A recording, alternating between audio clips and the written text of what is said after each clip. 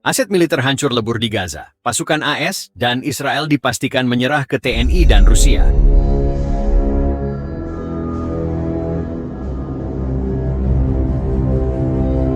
Dalam babak paling dramatis dari konflik berkepanjangan di jalur Gaza, dunia menyaksikan momen bersejarah yang mengguncang tatanan geopolitik global. Pasukan gabungan Amerika Serikat dan Israel resmi menyerah tanpa syarat kepada koalisi militer TNI Rusia, setelah seluruh aset tempur mereka dihancurkan dalam serangan telak yang berlangsung selama 72 jam tanpa henti. Serangan ini bukan sekadar kemenangan militer.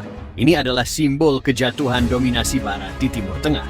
Dunia menyaksikan dalam ketegangan bagaimana teknologi canggih dan kekuatan udara AESAT Israel yang selama ini digadang sebagai tak tertandingi, dilumpuhkan sepenuhnya oleh strategi militer gabungan yang mematikan.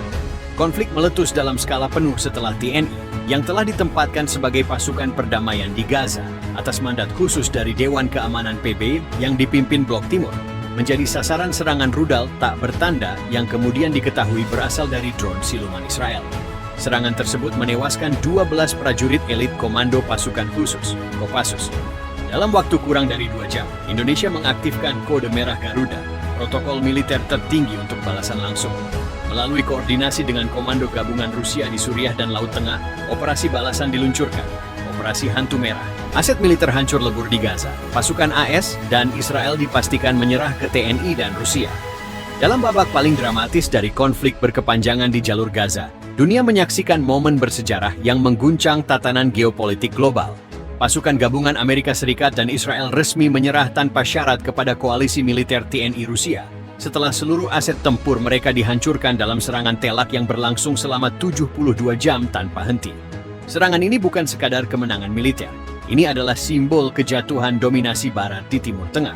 Dunia menyaksikan dalam ketegangan bagaimana teknologi canggih dan kekuatan udara AESAT Israel yang selama ini digadang sebagai tak tertandingi, dilumpuhkan sepenuhnya oleh strategi militer gabungan yang mematikan.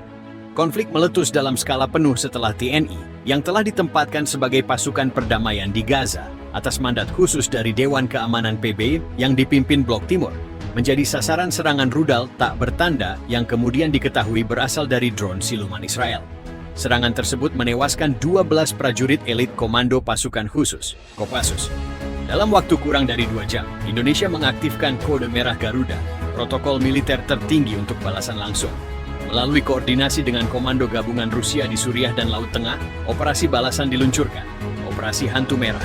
Luar biasa di jantung konflik Timur Tengah, negara-negara Arab yang selama ini diam mulai menunjukkan sinyal akan berpihak pada kekuatan baru ini. Dalam satu gerakan telak, dunia menyaksikan bagaimana pasukan dari negeri maritim seperti Indonesia berkolaborasi dengan kekuatan besar seperti Rusia mampu mengubah arah sejarah. Apa yang terjadi di Gaza tidak hanya tentang kemenangan militer. Ini adalah keruntuhan simbolis dari dominasi Barat yang selama puluhan tahun mengatur narasi dan kekuatan di wilayah konflik ini. Pasukan Amerika Serikat dan Israel menyerah bukan hanya karena kalah dalam senjata, tapi karena mereka tak lagi memiliki legitimasi moral maupun taktis. Dan di antara reruntuhan Gaza, suara seorang prajurit TNI terdengar lirih di siaran langsung. Kami datang bukan untuk menjajah, tapi untuk menunjukkan bahwa bangsa kami bukan bangsa yang bisa diinjak. Dunia mendengarnya, dan dunia tak akan pernah sama lagi. Malam tanggal 14 Mei, pukul 22.47 waktu Gaza, dunia menyaksikan peristiwa yang kemudian dikenal sebagai Malam Tanpa Langit. Koalisi TNI Rusia meluncurkan Operasi Hantu Merah, serangan simultan dari darat, udara, laut, dan bawah tanah dengan kecepatan dan koordinasi luar biasa. Langit Gaza mendadak gelap ketika ratusan drone siluman Indonesia dan Rusia meluncur tanpa suara. Mereka membawa muatan perang elektronik dan rudal mini presisi tinggi. Sementara itu, dari bawah tanah, unit pasukan khusus TNI yang telah berlatih selama berbulan-bulan bersama Brigade Izzuddin Al-Qassam menyusup melalui terowongan dan meledakkan pos-pos logistik Israel dari dalam. Pangkalan militer Ur al-Ashan di selatan Gaza lumpuh total dalam 18 menit. Sistem Iron Dome tak mampu merespons karena gangguan masif dari jamar buatan Lembaga Sandi Negara Indonesia yang diberi nama Nusantara 9. Rudal-rudal yang biasanya bisa dicegah, kini menghantam tanpa ampun. Ledakan di Beit Lahia, Khan Yunis, hingga markas besar IDF di Netivot terlihat dari satelit. Awan api membubung setinggi ratusan meter. Dunia menyaksikan secara langsung. Inilah kehancuran yang belum pernah mereka lihat sejak Perang Dunia Kedua. Tanggal 17 Mei, pukul 03.15 pagi. Pangkalan terakhir Asher Esad Israel di wilayah tengah Gaza dihantam oleh kombinasi rudal hypersonic Avangard Rusia dan drone kamikaze elang kematian TNI. Tak ada lagi tempat bertahan. Satuan infanteri lapis baja TNI dari batalion para Raider 305 melaju cepat melewati reruntuhan, menduduki sisa pangkalan tanpa perlawanan berarti. Komandan Kompi Mayor Cakra Prasetyo memimpin pasukan hingga ke ruang bawah tanah fasilitas IDF, di mana mereka menemukan puluhan perwira Israel dan Amerika bersembunyi dalam ketakutan. Pukul 4.50 waktu setempat, dua orang jenderal tinggi, Jenderal Alan Whitmore dari IAS dan Mayor Jenderal Reuven Al-Khalai dari IDF, keluar dari bunker dengan tangan terangkat. Kemenangan ini mengguncang dunia, bukan hanya karena kekalahan dua kekuatan militer terbesar, tetapi karena yang mengalahkan mereka adalah negara Asia Tenggara yang selama ini dianggap tak mungkin berani menantang Barat secara frontal. Di Moskow, Kremlin menggelar upacara kehormatan untuk pasukan TNI.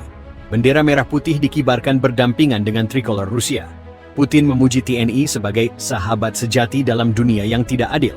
Sementara itu, rakyat Gaza bersujud menangis. Mereka mengangkat prajurit TNI seperti pahlawan penyelamat. Anak-anak meneriakan Indonesia, Indonesia, sementara pasukan TNI membagikan makanan dan obat-obatan yang dibawa dari kapal rumah sakit KRI Dr. Soeharto. Prajurit TNI kini tidak hanya dikenal di Indonesia, tapi di seluruh dunia. Mereka dijuluki penjaga Timur Tengah baru. Indonesia ditawari menjadi negara penengah permanen untuk penyelesaian konflik Palestina-Israel oleh 23 negara anggota OKI dan beberapa negara Amerika Latin.